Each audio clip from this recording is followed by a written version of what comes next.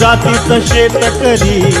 खातो कष्टाची भाकरी आम्ही जातीचं शेतकरी खातो कष्टाची भाकरी आम्ही जातीचं शेतकरी खातो कष्टाची भाकरी